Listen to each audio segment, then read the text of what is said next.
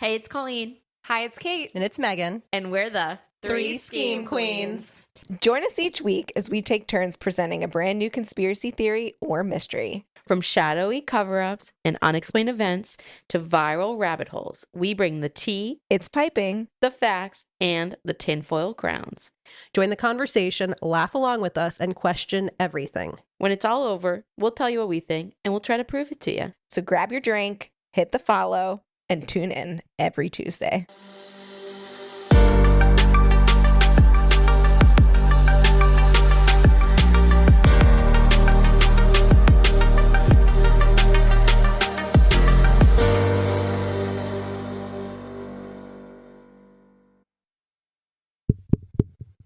Is this thing on? Hey guys, we're back. We're back. 1, 2, 3. We got all three Scheme Queens. Kate was in like the lab, I think. You came back from the genetics lab. Oh, Kate. yeah. Did you learn anything new? That we're not cloning humans yet. Uh-uh. No. And Yet. what about reincarnation? Oh, yeah. Reincarnation is like not a thing. Okay. Yeah. Okay. Thanks for that feedback. Do you know what is happening today? April Fools. We are recording April Fools, but what is happening today? We're going back to the moon, but we're not landing. We're seeing the dark side of the moon, which, by the way, my brother Christian, his laser that he built at work is on the rocket ship right now. Whoa, that is It's so how cool. they're communicating. Does she have a clearance? I don't know. He sent me the article, so I feel like I can talk about it. Yeah. She said, "What does the laser do?" And he said, "Read the fucking article." Yeah. And then my mom responded to him and said, "But I like when you summarize."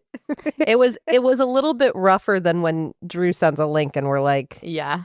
"How about you summarize?" Anyway, Should so bring him back on. if you believe that we went to the moon before, Yeah. like I do, then we're going back. I'm being persuaded. Well, Kate said she just was tired of arguing with me, so she just said, "Okay, Megan, we went to the moon." I acknowledge I'm not smart enough to understand the science behind it. The microwaves. You should be a microwave pro now. But now it's saying that this laser is how they're communicating.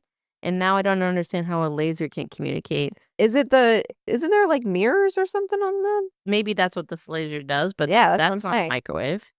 No. So Maybe it helps measure distance and time.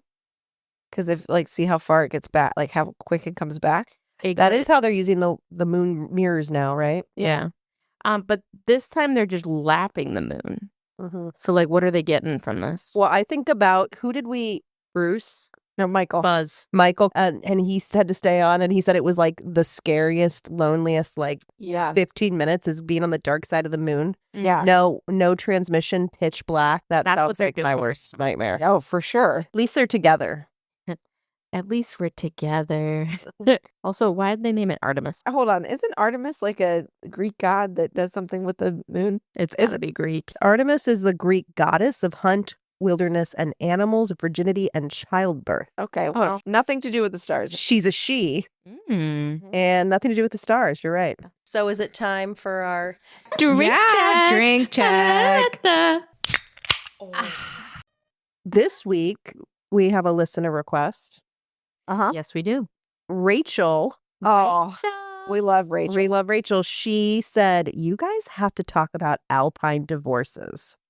So that's what we're going to talk about. Okay. And before we get into it, I was like, what is an Alpine themed cocktail?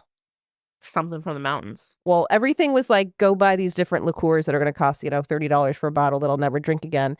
And I said, you know what makes me think about the wilderness Yeah. is a gin and tonic. Yes. Because it tastes like a Christmas tree to me. It's like kind of piney. Yeah. Okay. What is gin made from? Junipers. Oh, okay. Oh, so that's why. If you ever go to the Grand Canyon, Yeah. they point them out all the time. The tour guide pointed out like 8 times, and that is what gin comes from. Got it the first time. I want to go to there. Yeah, me too. But we spruced it up a little bit, right? We're having frozen gin and tonics. They're pretty good. Yeah. It's a very good summer. Not gonna lie. I took a sip and Megan, I was like, I like this. No, this is. And she didn't think I liked it, but Because I'm so used to them not liking them. It's quite delicious because we also have a little bit of lemon. Yeah, the recipe is from the Beefeater website. So it's gin and fresh squeezed lemon juice and a little simple syrup and ice all blended. And then topped with tonic water. Mm-hmm. I'm having the same thing, but with vodka soda. So But- mine really tastes like a frozen lemonade. It's good. Yours is like a ginny lemonade, frozen lemonade? I can taste the gin now. Yeah.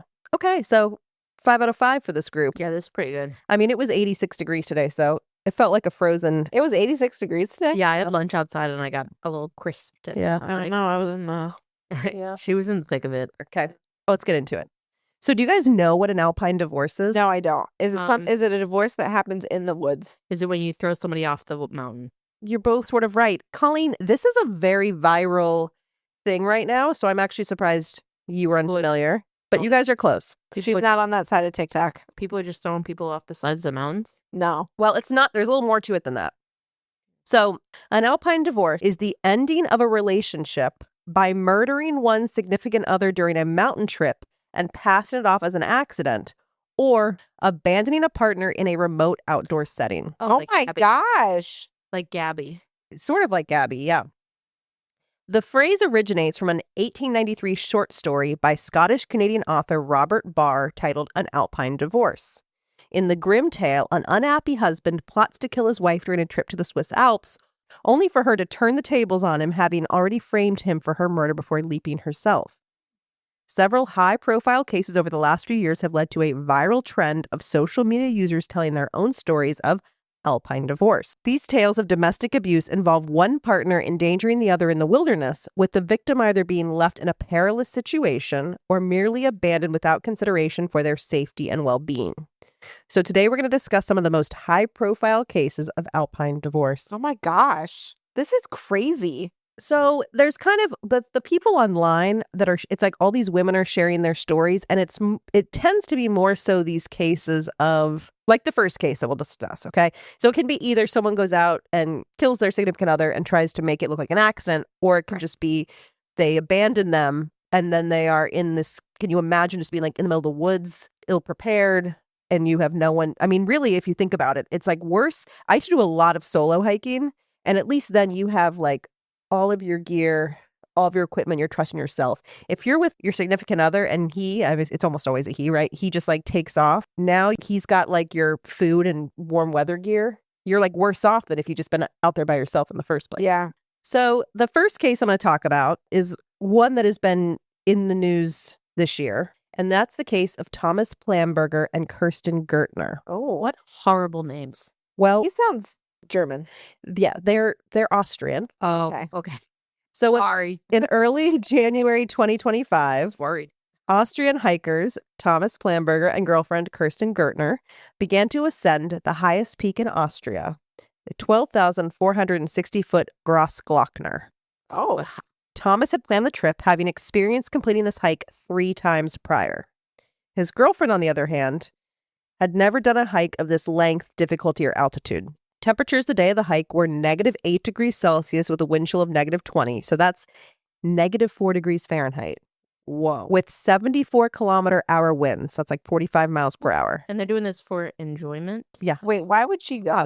Hobby. She was a big hiker. I mean, I say that she hadn't done a hike of this length. That gets into the conversation later about like the variation, their experience levels. And so who was really responsible here. Right. But Thomas claims that at 13:30 on the 19th of January, they reached the last turn back point before the summit. And it's like, turn back now or proceed. Mhm. And at that point, they were feeling pretty good. Then there is some webcam footage showing flashlights from the couple at 2100. So 7.5 hours later, they're still ascending. Oh my gosh, in the dark? In the dark. It's just stupid. So Yeah. people on the ground see these flashlights, right? And they're like, people are up there.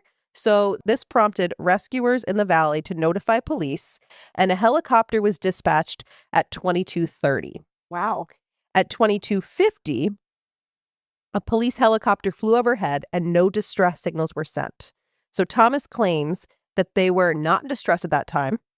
And many online sleuths explain, like, helicopter rescue is not covered in Austria's public insurance. So if he had flagged them down, it would have been a several $1,000 bill. Mm-hmm. So either he didn't want to pay that bill, something was going on, or maybe he was like, we really were fine, and we weren't going to flag these people down when we're fine to pay a hefty bill. Okay.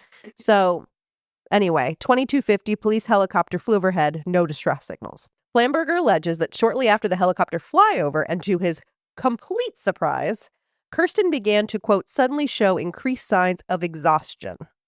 For the next 2 hours, the Alpine Rescue Service made multiple attempts to contact Thomas via his telephone, which he did not answer despite having service and receiving the calls. So he did call police at 12:35 a.m., but the police and Thomas disagree on what was said.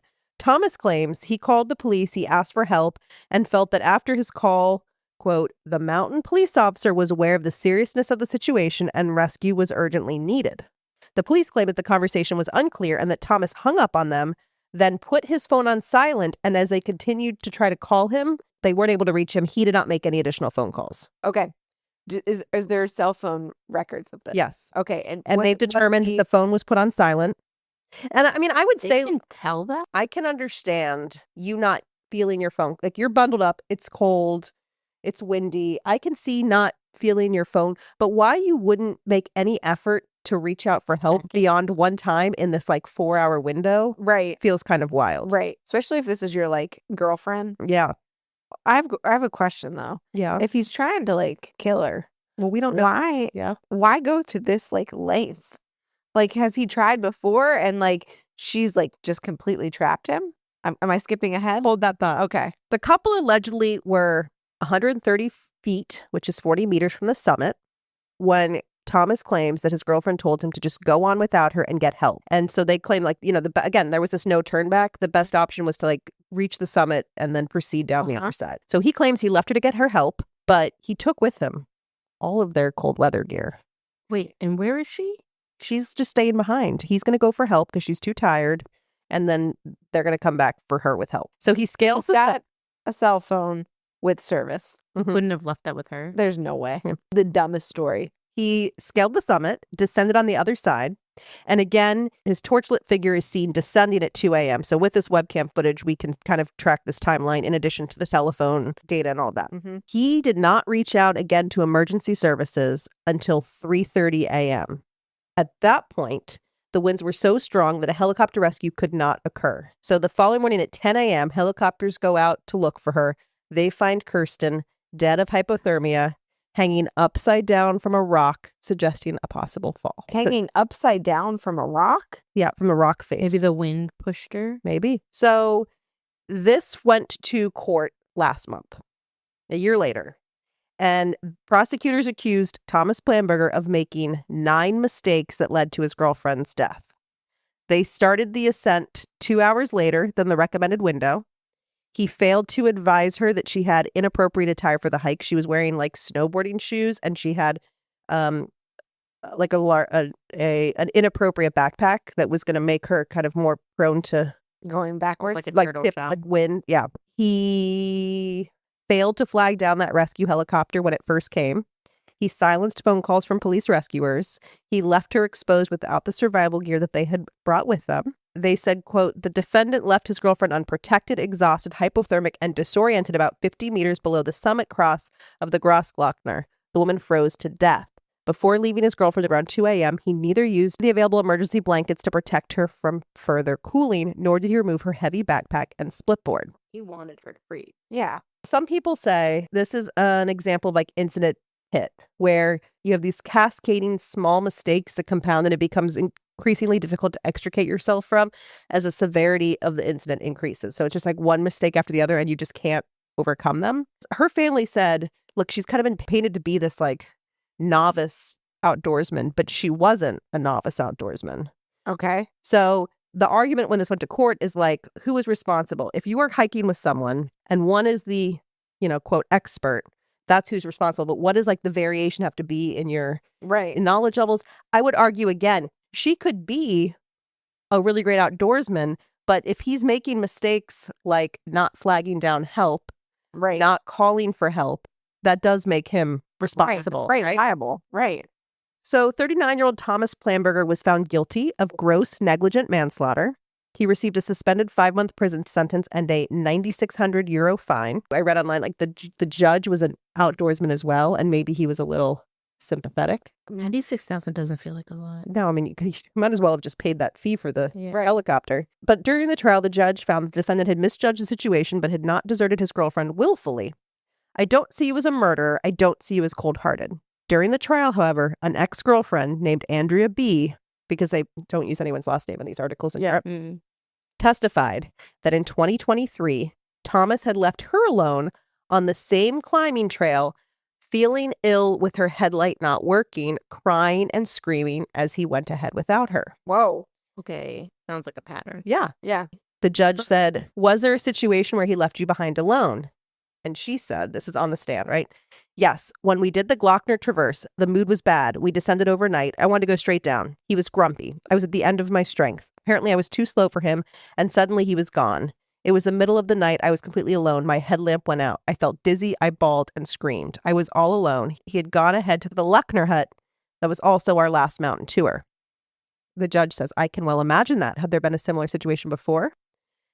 Not to that extent, but there were things like that. If I was slow or clumsy, he would get grumpy and tell me not to make a fuss. I had definitely said that I wanted to do it. I was aware of what I was getting myself into. So yeah, it sounds like this guy might just be like a pissy guy who's like gets frustrated with his girlfriend on a hiking trail, but like he has zero patience. it's still a pattern. Right. No one I want to be hiking with. No. Why take all of her cold gear? That's so stupid. He sounds Well, if selfish I and wasn't, narcissistic. yeah. I feel like if I was like, I'm going for help, we'd be pulling in our bags. Yeah. We'd like, let's layer up. Here's our blanket. Let's Right. whatever I can to Right. set you up for success. Right. While I go for help. Why would he take those things? He Kirsten sounds selfish and narcissistic. He does not. Like, maybe I'm leaning towards he's not purposely killing these women or trying to kill them. He's a real narcissist. way to leave somebody in their most vulnerable state. Right. In like the scariest place you could be. Right. In the woods after dark on a cold, windy mountain. Yeah. Kirsten's mom said, we cannot blame her boyfriend. She done mountain runs and managed far more difficult mountains than this one. It makes me angry that Kirsten is being portrayed as a naive little thing who let herself be dragged up the mountain. I think it's unfair how Kirsten's boyfriend is being treated. There's a witch hunt against him in the media and online. So she has been supportive of him. Again, he didn't even serve time for this, but that's the first story. Imagine dying and being left on a mountain and your mom is still saying, don't worry, her boyfriend was better than that. Imagine that.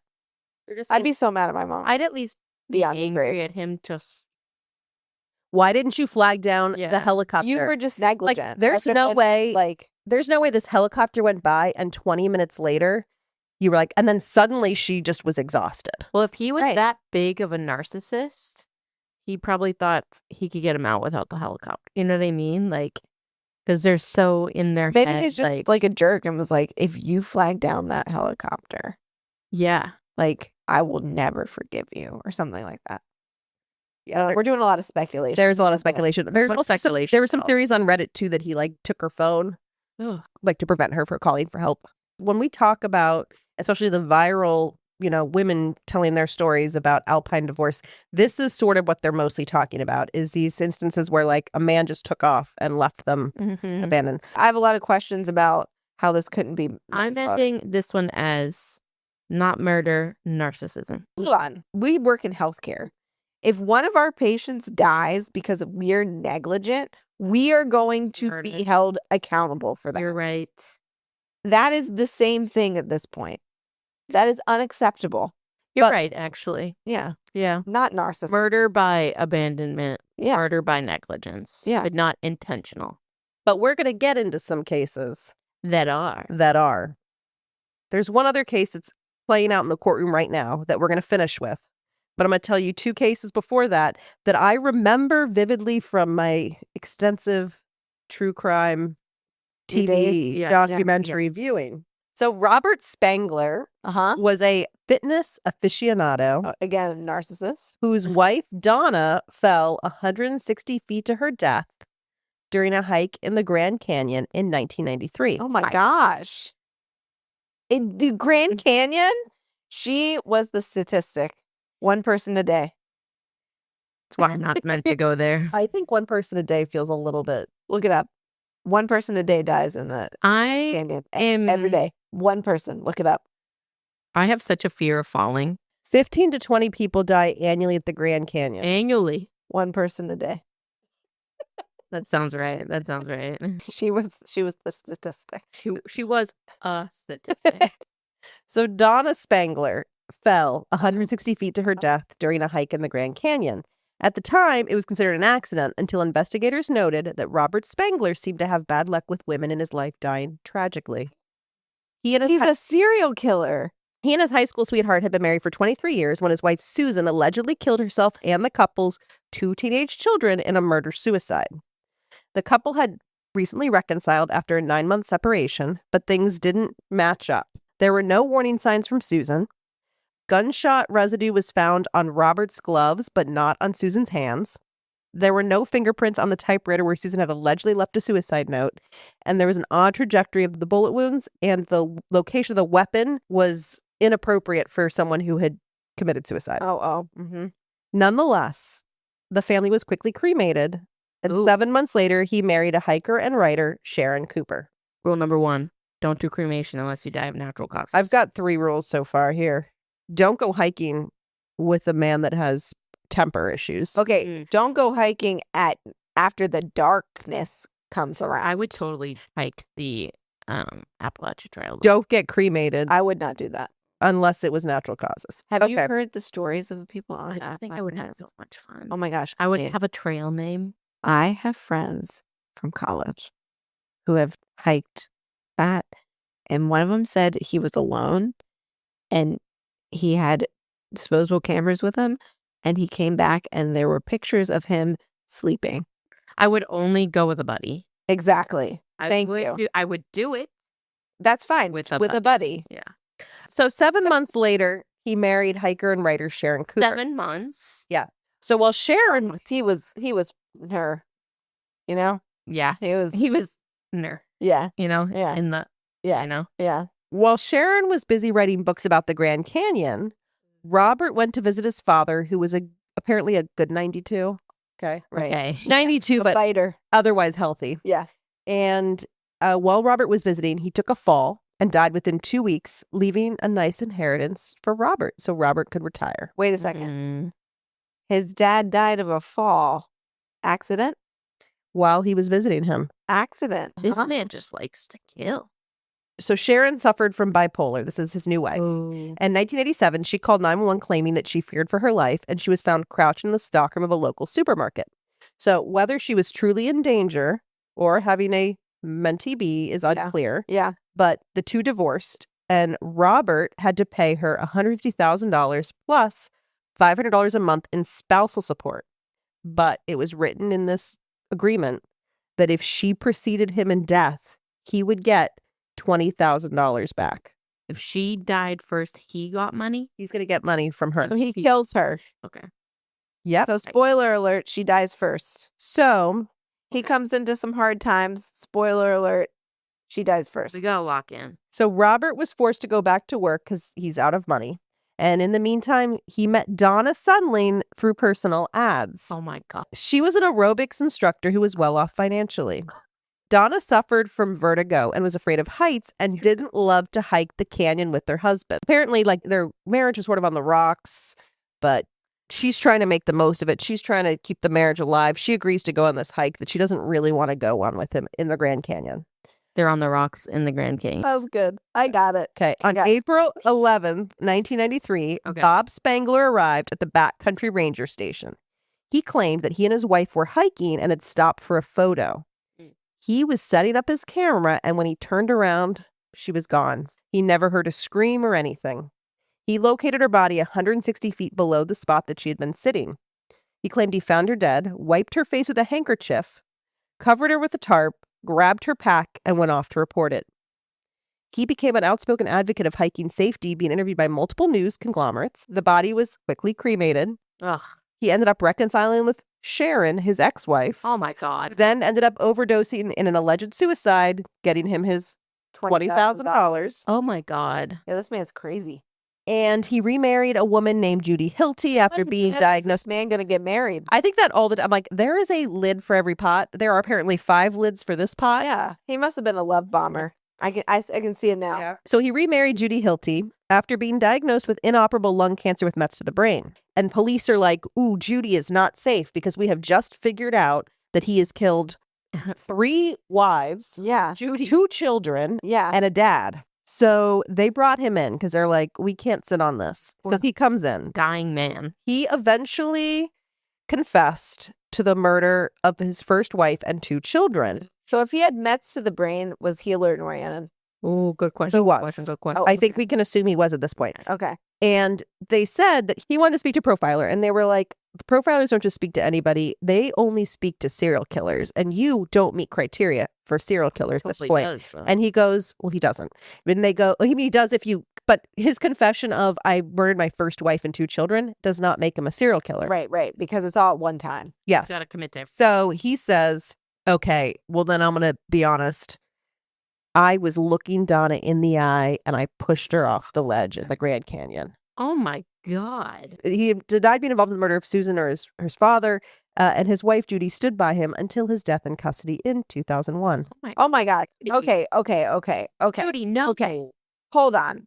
He wanted to speak to a profiler because he wanted the glory of being known as a serial killer. That is the most serial killer thing ever. Judy. That is like the most narcissistic, antisocial personality. You want that description, and you want the profiler to look at you and be like, how did you figure it out? Something's wrong with you. Like, I thought I did everything right. Now you tell me how you figured it out. Like, that seems like what he wanted. Mm-hmm. I thought I was smarter than this, and I can't believe I got caught. That is so freaking crazy. Why would she be still standing by his side? She said, I've never seen this side of him before. Also, she's safe while he's locked up, you know? Also, question, could he have frontal mets and his personality was different? Could he have cancer the whole time? You think And frontal mets made him kill. nice? Maybe. That's what made him kill the first wife? I thought you were saying the Mets. Yeah, the Mets made him no longer violent and a nice person. Changed his personality. How about them Mets? But also, if you found out Bourbon Boy had murdered like 6 people before you got together. I don't even know you. Who are you? Yeah. Yeah. Yeah, I did. I dreamed that he had murdered someone. I found him in bed with You've 2 been having girls. crazy dreams. Yeah, maybe it's the Lexapro. I'm telling you. Okay. Our next story. If you really want the details, Kate, it is covered in season 1 of Wild Crime on Hulu. Okay. 4 episodes. Okay. I'm going to give you a 1-page summary here, though. Okay. Okay. In 2012, Tony and Harold Henthorne Gay men? Tony with an I. She's a doctor of My of God. ophthalmology. Tony Braxton. They went to the Rocky Mountain National Park for a romantic 12th wedding anniversary celebration. My goodness. How romantic. Also, I would say, if your marriage is on the rocks, don't go on a hiking trip with your partner. Avoid rocks at all costs.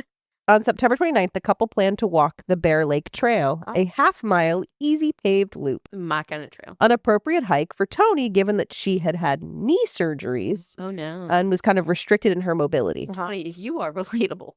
At the last minute, they decided to do the Deer Mountain Trail, a remote trail with 1,200 feet of climbing to a 10,200-foot summit. That's the last minute hike they're decided to take? Yep. And they also got a late start. Of course they did. At 3:30 p.m., the couple had lunch at Scenic Overlook and took photos together.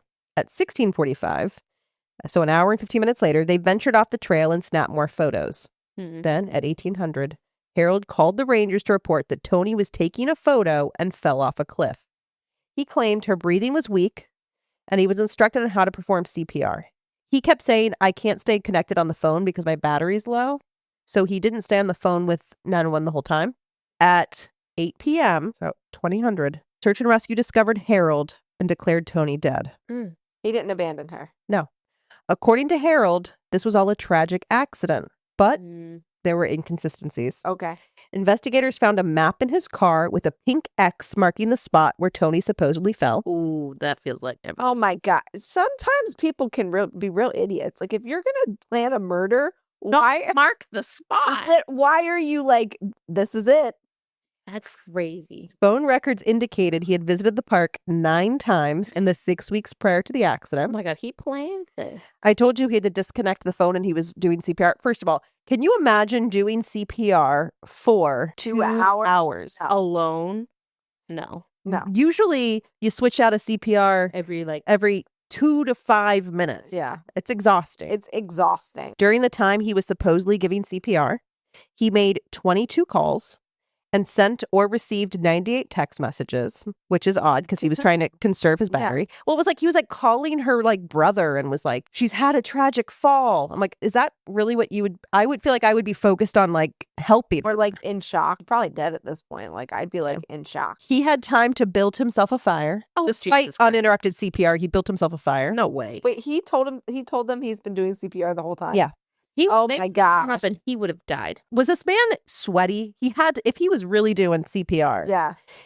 her lipstick was intact. So no evidence of any mouth to mouth. And she had no signs of bruising or rib fractures. He had taken out multiple life insurance policies, totaling $4.5 million. What? So initially the police were like, it was like rangers who were investigating this. Were like, this is really weird. But then they started getting dozens of anonymous tips. Oh no. Harold's first wife, Lynn, had been fatally crushed in 1995, a few months after their 12th wedding anniversary. Wait, he had another wife of 12 years? Yeah. Before this wife. And this wife was 12 years too? Yeah. Wait a second. Was it like a number for him? I don't know. But I haven't even gotten to the best part of the story, is that how the first wife died. She got crushed. Oh. You said. She Hit a was trash compactor. She was crushed when their Jeep Cherokee slipped off a jack while she was underneath and he was trying to change a tire. Why was she underneath? Yeah, exactly. Why was anyone underneath? You don't have to be underneath a car to I've change a changed tire. a car. I've changed a tire. The couple had been changing a tire in a dark mountain highway 30 miles from their home in Denver. She under the car? The area had no cell service.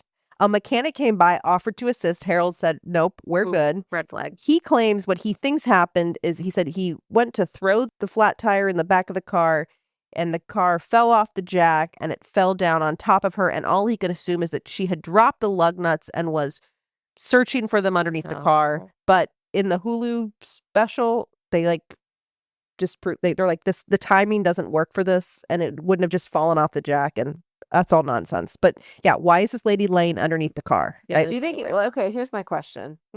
Then how did she really die? What happened? Did you just like get in the car and run her over?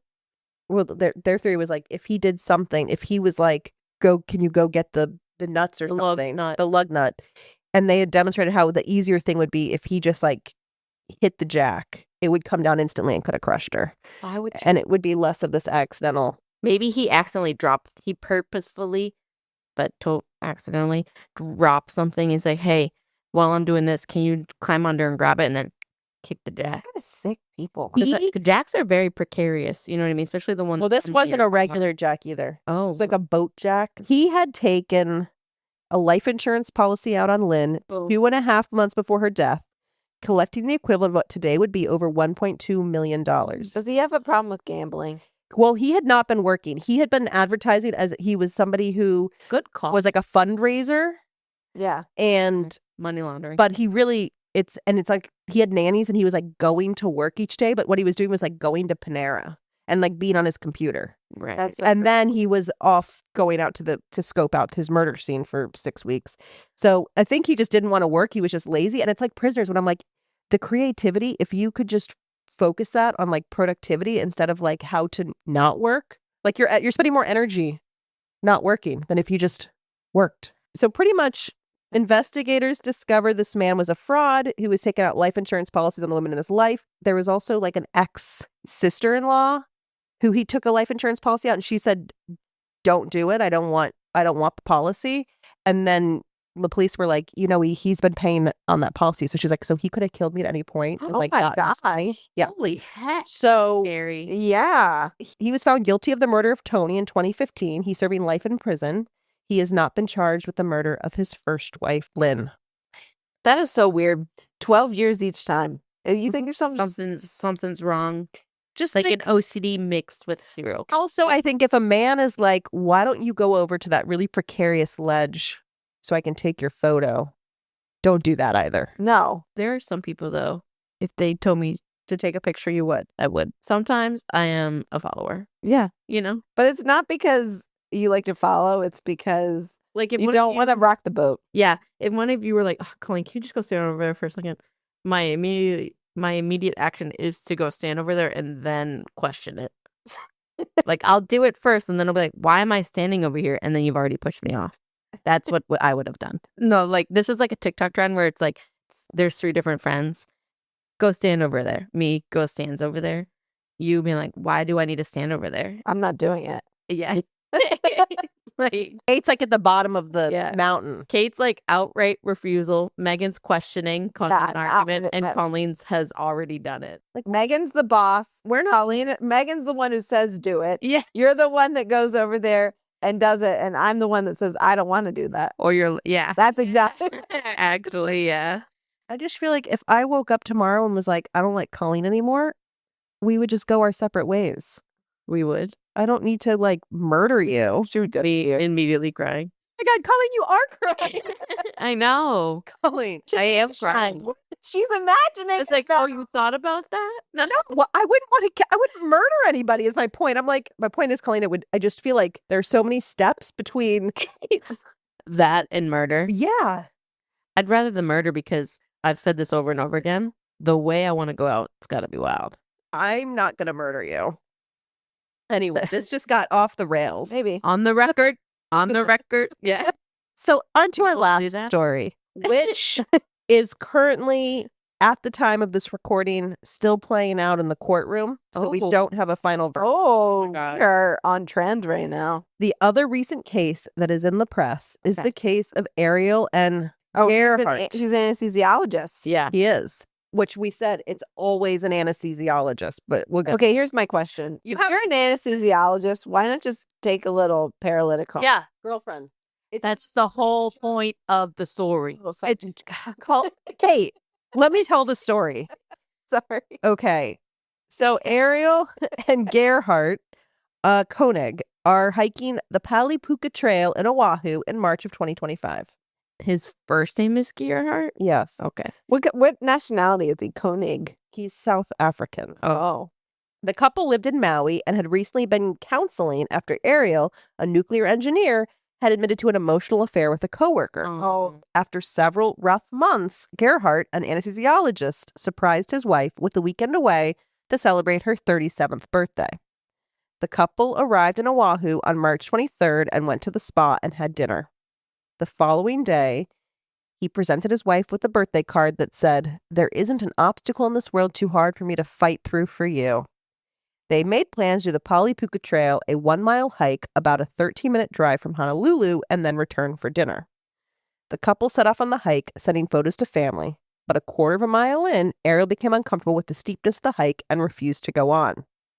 He allegedly hiked ahead for a bit, and when he returned, was surprised that she was still there. He was like, come on, it's a great view. You should come see this. They took a selfie near the edge of a cliff, Oh, no. and then she claims he grabbed her by the arm and said, "I'm so fucking sick of this shit. Get back over here," and began pushing her towards the cliff. She alleges they wrestled, and he ended up straddling her before pulling out a syringe. She claims she knocked the syringe out of his hand, but he reached into his bag and pulled out a vial. Oh, no. They were yelling profanities at each other. She bit his forearm and she squeezed his testicles while screaming for help. Girl. She claims he bashed her head into a rock 10 times while she continued to scream for help before she heard a woman's voice say, "We're here and we're calling 911. Amanda Morris and Sarah Bushbaum were 2 RNs who had Oh my just God. started their hike Healthcare hero. when they heard my the God. screams. You know what? Nurses would run towards help. Oh, my God. They would. Power to the nurses. That's crazy. Also, How lucky. it is always the anesthesiologist. Yeah, because they're the only doctors who touch meds. That's right. Every other doctor orders the meds, and then you got to get a nurse It's to the nurse. go into the Omnicell or the Pyxis, but these Yeah. doctors are just taking propofol home. Yeah. I feel like there's so many stories about anesthesiologists drugging their spouses. Yeah. Mm. So the 2 nurses escorted Ariel to the trailhead where they met responding officers. On their body cam footage, you can see her bloodied face and head. At the same time, her husband remained frozen where they left him. He FaceTimed. So they had 2 kids, but he had a 19-year-old from a previous marriage. So he FaceTimed his 19-year-old son, and he confessed to him that he had tried to kill Ariel because he suspected she had been cheating on him for months. He fled the scene and was apprehended 8 hours later. Wow. At the hospital, she was treated for complex scalp lacerations, leaving scarring on her head and face, and treatment for a distal fracture of her thumb. The syringe and vial were never found. Ariel did report finding a medical bag with syringes and propofol vials in their home closet 3 days after the incident. Oh, Wow. God. The defense alleges that Ariel started a fight, walking up and pushing him from behind, and that he was defending himself. This was not premeditated. Well, why were the meds there? Right. But they're like, but were there meds there? Because there was no syringe or propofol at the scene. She's claiming he had meds and he They never disappeared. fit. I mean, he disappeared for 8 hours. Oh, yeah. Okay. Hold on. Come. So she comes up and tries to push him, and then all of a sudden he aggresses and is like bashing her over the head. No. He's bigger and stronger, and he could just like restrain her. Mm-hmm. You know what? When you're in the woods and you have to decide between being with a bear and being with a man, picking bear. Okay. Gerhardt faces up to life in prison What with a the good- possibility of parole if he is convicted of second-degree attempted murder. And I think we estimate about a week left on this trial. We are in the thick of. We're in it. All right, great ladies. So what do you think? I think he did it. Wait, my other question is, did she have anything in her system? Like, Well, did he never actually got her. She knocked he didn't stick her with any. No, she knocked the syringe out of his hand, and then she said he pulled a vial out of his bag. My question is, why didn't he have it preloaded? I think he did. It preloaded. Had a syringe. Oh, and then he was but then he had backup. Oh, okay. Yeah. You know, sometimes it's pretty quick acting, so he wants to make sure. I kind of feel like, again, I believe it. I believe her story. But also, this just feels like an extra, like, if he was going to do this, yeah, just push her off the edge. Like, if they do an autopsy and they're like, why did she have propofol in her system? That's a good point. Right? Well, would Yeah, they but, even you know, It feels like he made it. And maybe He if made it. yeah. And maybe if he had focused more on pushing her he wouldn't have even needed. and less on, like, maybe that's what got him caught up, is like him trying to grapple with this propofol. Although maybe she was just too badass for him. You know what I mean? Slippery. Yeah. Well, it sounds like he grabbed her and was trying to pull her towards the edge, and that's when she started. Yeah, he grabbed fighting. her by the arm. He said, "I'm sick of this shit." Yeah. And he's grabbed her by the arm, and she was fighting. Yep. So maybe, you know, Also, it seems like these other people all picked kind of remote locations. This is like a very touristy hike. Also, Gerhardt, not an avid hiker. no. No.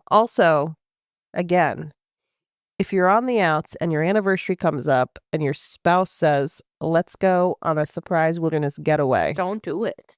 don't do it. Also, imagine running and trying to hide somewhere on Maui. That's where they were, We're right? an island. Literally. Where are you going to go? They're definitely going to find you. Running is guilty. Yes. Yeah. So, like, Anti-man. yeah. Or anti-that man. So Yeah. it sounds like we're anti all 4 of these men. Yes. Well, they also, They're all, yeah. yeah. The first one just seems like we said he was just like Narcissist. irresponsible, had temper issues, was storming off and leaving women behind, and was negligent, right? Yeah. 2 and 3 were serial Murder. killers who were murdering their wives by pushing them off cliffs and acting like they had fallen. And then this guy sounds like he was on track to become another one of those people. Yeah, but he sounds like a crime of passion guy. He And had then- propofol in his bag. Because they were Yeah, but I all- think I'm not defending him. No. Let me be clear. I'm not defending him. Right. But it sounds like they were having a hard time. She had an emotional affair. He was upset about it and wanted to get back at her and wanted to kill her because of that. And I don't think that that's like, to me, that feels reactive. Yeah, not that's like, still premeditated. no, I'm not agree. I'm not Yeah. disagree. Yeah. I'm saying it feels different than the other two because the other two felt like antisocial. This Yeah. feels like he was like a crime of passion Yeah. guy. Yeah, I think crime of passion. I know what you're saying, Kate. I think crime of is passion in the is- moment, Is I walk in and you're cheating on me, and so then I shot you. kill you. Yeah. Mhm. As opposed to, we've been in therapy for months working on this. And I have put propofol. I mean, on the one hand, I'm like, was he just mad and pushed her like without any premeditation? Because again, it's like, I'm like, this touristy attraction is what you chose. But also, if he really had propofol with him, that feels premeditated. Yeah, but like, why take the propofol if you're just going to push somebody? That's what I'm saying. I don't understand why the propofol had to even be involved unless he just was like, he could not control her. Or like, maybe he was going to use it in a different setting and it just happened to be with him. Oh, what, he just like later on, he was going to have a romantic night with some propofol? Yeah. Okay. Like he wasn't planning on like pushing her at that point. I would say too, propofol has to be, given IV. But are we just assuming it was propofol? Well, she said she found she described vials, but then she said when she went home, she found propofol in the house. Because he could have had anything. Yeah. Yeah, They you're have not. a lot of access. You can't get propofol. I mean, I guess probably the better thing would be the more painful thing, but better thing would be what Kate said is like just give him a paralytic. What could you give IM? Give him Versed, but it probably Versed would be like disorientation, right? That'd be like snoozing. I mean, I guess you could go into rest-free rest if you have like a big enough dose. Yeah, and at least make her like, it's like try to fight a drunk person, right? We can do some IM paralytics. So little rock, little sucks. Yeah. Either way, I believe her. All of these are Alpine divorces because they involved a cliff. Why not just take some cardio? Because it involved a man wanting to end the relationship by taking a woman into the woods and leaving her in a dire situation. Yes. Interesting. Guys, just a reminder, don't forget to check out our Facebook and Instagram pages at 3 Scheme Queens. That's the number 3 Scheme Queens, all one word. We're also on Reddit, same username. If you want to check out our website, go to 3schemequeens.com and you can find links to our social media accounts, our Buzzsprout page, all of our episodes, additional content, and our contact page where you can engage with us and share any updates on the topics that we have discussed. Let us know how we're doing and what you want to hear next. There are also opportunities to financially support us with links to buy us a cup of coffee and links to our merch store. As always, if you choose not to financially support us, we appreciate the follows, the downloads, the listens, the likes. Okay, Kate, what should the people do? Don't take a treacherous journey. You know that audio? The people, yeah. You know what I want you to do? I want you to take out your phone right now. I want you to text 3 people that like true crime and antisocial personality disorder. And I hope no one likes that. Well, likes the learning about it. You could And the wilderness. If you've got friends out there who were like into the wilderness. into the unknown. Into the thick of it. And then I want you to scroll on down, leave us a 5-star review, share us on your social media platforms, interact with us on our social media platforms, leave us a comment, send us an email. Well, an email would be fun. Anyways. All right. Any other thoughts? Nope. No, actually, but I enjoyed all 4 of those stories. Those were again. good and make me scared. Appropriately scared. Yes. So anyway, it has been fun. And Well, yeah, we'll see you next Tuesday, guys. See you next Tuesday.